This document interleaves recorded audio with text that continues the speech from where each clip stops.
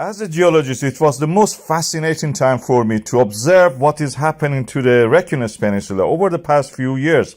We had first the Fissure in 2021, and this was something like this, erupting at the same time forming a huge crater.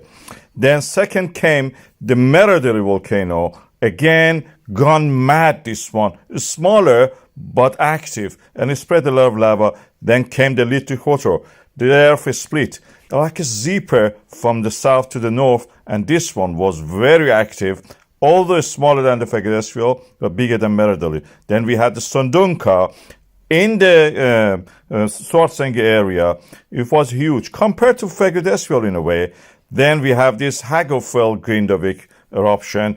It cut through the wall that we built to protect the town from the lava. It didn't work in that sense, but it worked in many other ways. And now we are having magma rising again. This is the chart, shows the earthquakes. The ones that we have from the Grindavik, this fifth one, is the one you can see here, rising to the surface already. And already one is preparing to come near the harbor, and I believe it will probably erupt around the sports center. Also probably even into the harbor and into the sea. This is something to watch. That will be amazing. The land rise from the Sundunka was gentle. For the Hagafell was even more gentler. But this one is going to be sooner. The slope shows that it's already stepping upward very quick. Before the end of the January, we will have an eruption there. At the most, I think it's probably early days of the February. And this is the prediction that I will put on this. As a geologist, let's see how it is. But at the moment, if it continues like that, we will have eruption by the end of the January. And this is the way that all this, like a zipper from south to north and then from north to south, are opening up in this area of the Reykjanes. The old crack near the sports center and roundabout is one of the likely locations that we will have eruption there. The magma will ooze out. It's already cracked there. The weakness is there. And this is where actually we had part of the magma, which is a gaseous part of it, in the November 11th coming out, as you can see here.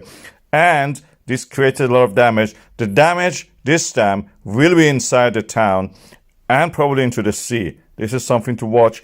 And I think that you have to watch the video that I have about the futility of actually trying to rebuild the Grindavik. The fragile cannot be saved. Grindavik has experienced the most astounding earthquakes we have seen so far in Iceland. A swarm of earthquakes split the town. Cracks appeared, some of them 3 kilometers long.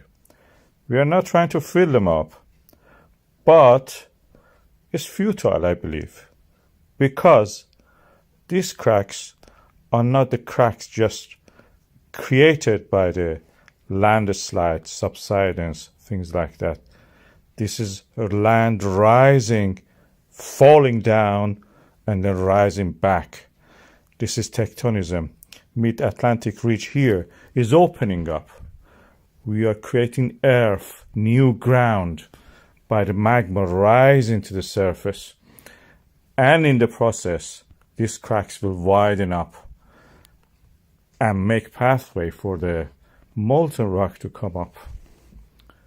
This is a rift valley situation where we have a rift opening up, the middle part falling, both sides are rising. This is what we see in Grindavik.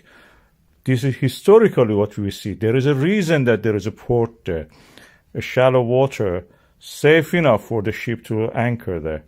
There is a reason the two sides of it are higher than the middle part where the port is. And that is the process that has started not now, not this year, decades ago, probably millions of years ago. And nothing can fill up that crack.